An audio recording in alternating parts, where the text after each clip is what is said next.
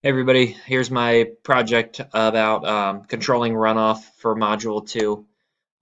So after the initial question was asked, my imagine phase was I was thinking about the swing set I just built in the backyard.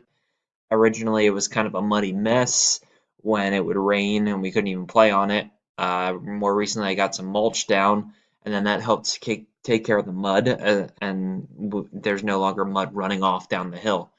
I was also thinking rocks in a flower bed was another thing that I thought of right away of controlling sediment other than just plain old grass and growing in the dirt.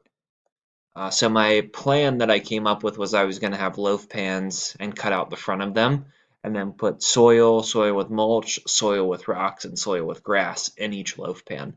And then have that once I dump the water and run off into a clear bowl so I could clearly see what the water looked like. This is the actual picture of how the process turned out. You can see the four different loaf pans as I described in my plan. So once I dumped the water in, I was pretty surprised in the results. Every single bowl pretty much came out just as muddy, murky mess as the last. I was especially surprised by the grass and the mulch. I really thought that those were going to help control the runoff a lot better. Um, After kind of taking a glance at it from below, I did notice the rock's water was a little less murky than the other. There's still a lot of sediment buildup in the bottom, but the water itself was a little less murky. So I was kind of curious as to why, the reasoning behind that, why that was. Um, so some things of improvement. I don't know if it would have made a difference with different type of soil, not soil that I just dug up out of my backyard and threw in a loaf pan. Maybe potting soil would have been a better representation.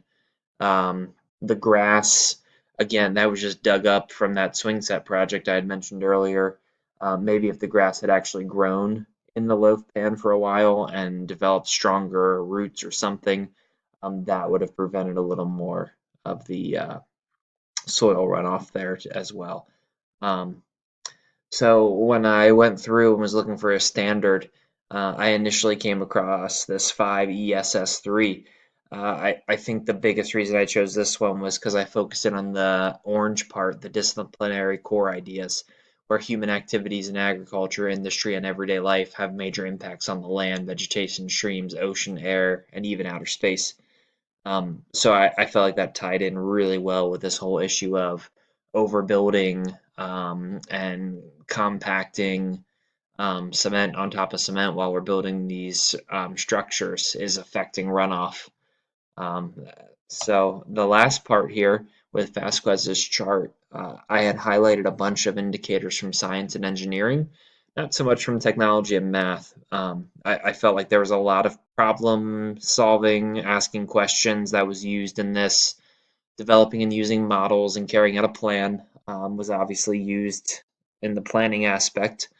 Um, Constructing explanations and the design again designing those solutions that was apparent and evident in this STEM project.